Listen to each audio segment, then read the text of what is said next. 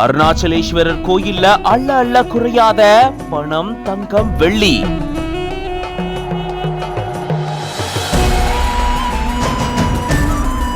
மூன்றரை கோடிக்கு மேல பணம், 200 கிராமுக்கு மேல தங்கம், 1700 கிராமுக்கு மேல வெள்ளியும் உண்டியல் காணிக்கையா கிடைக்கப்பட்டிருக்கு.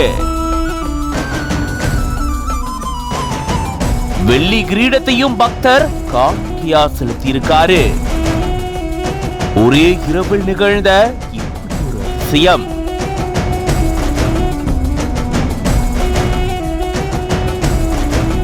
திருவண்ணாமலை மாநகரில் இருக்கக்கூடிய பிரசித்தி பெற்ற பஞ்சபூத ஸ்தலங்கள்ல அக்னி ஸ்தலமா விளங்கக்கூடிய அண்ணாமலையார் கோயிலுக்கு நாள்தோறும் ஆயிரக்கணக்கான பக்தர்கள் வந்து சிவனை வழிபட்டுட்டு போறது வழக்கம்.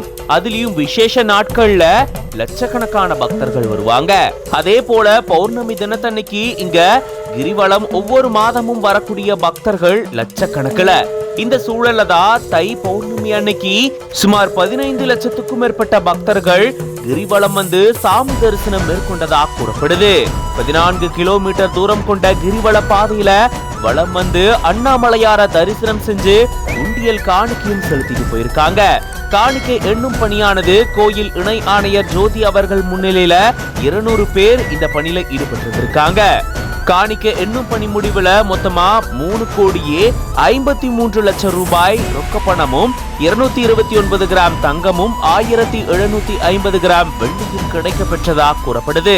அதே போல பக்தர் ஒருத்தர் வெள்ளி கிரீடத்தையும் உண்டியல் காணிக்கையா செலுத்தி இருக்கிறது தெரிய வந்திருக்காம். இது பத்தின உங்களோட கருத்துக்களை கமெண்ட்ஸ்ல சொல்லுங்க. மேலும் பல செய்திகளுக்கு பிஹைண்ட் ரூட்ஸ் பேஜை ஃபாலோ பண்ணிக்கோங்க.